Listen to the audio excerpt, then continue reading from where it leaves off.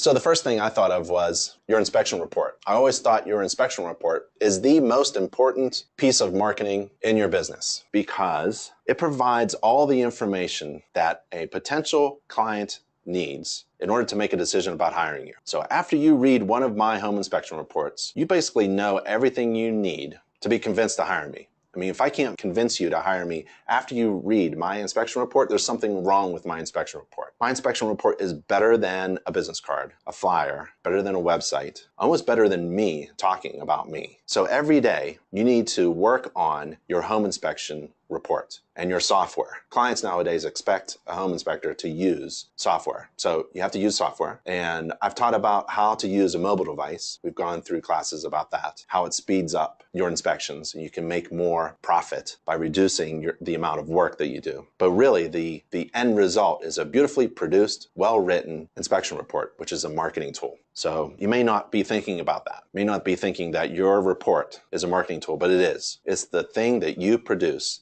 that we can all judge you on. We can judge your book by your cover.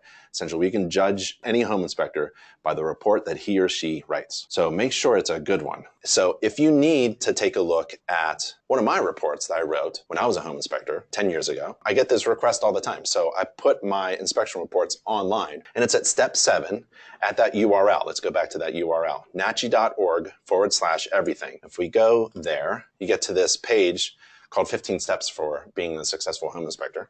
You scroll down to step 11, and to see one of my inspection reports, it's a link there, sample inspection reports, and you go to Nachi TV, NACHI.TV, and you go to the home inspection tab. Let's see here, the home inspection tab at the top, and you click one of the classes, one of these recorded classes on how to perform a home inspection.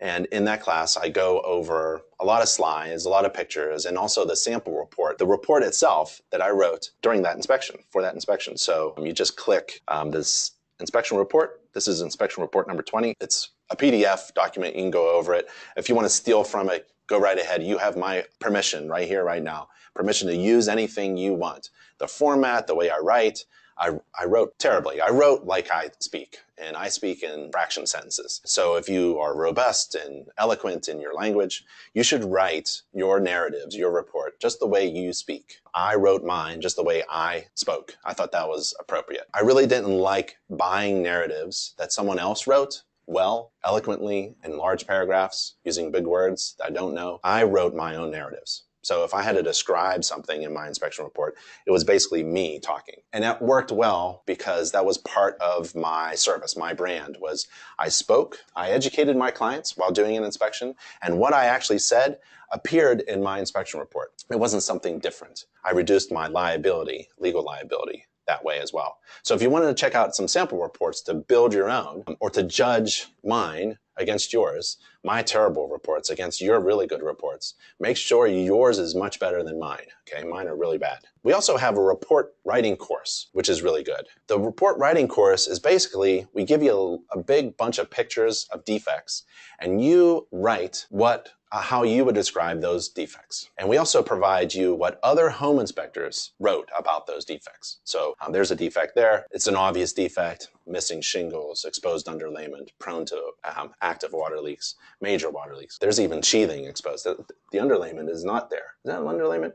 So how would you write that up? If you took that inspection picture, how would you write it? And that is an exercise that every home inspector should do, ideally prior to your first job. And if you're a veteran, let's say you are taking this class and you just want to boost your business a little bit with marketing, well, you should be writing your inspection report better than anybody else.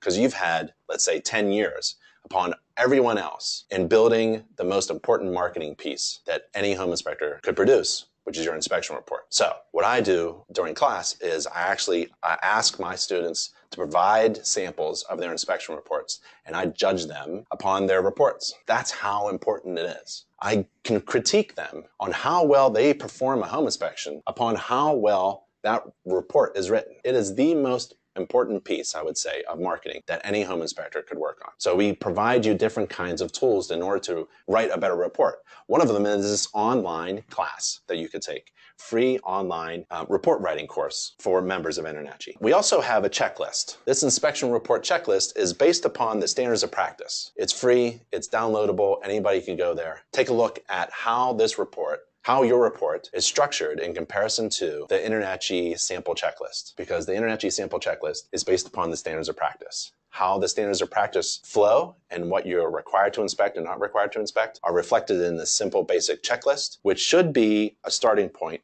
for a very good home inspection report, which is your best marketing piece. See how it's interconnected. Your marketing piece is actually connected to the standards of practice.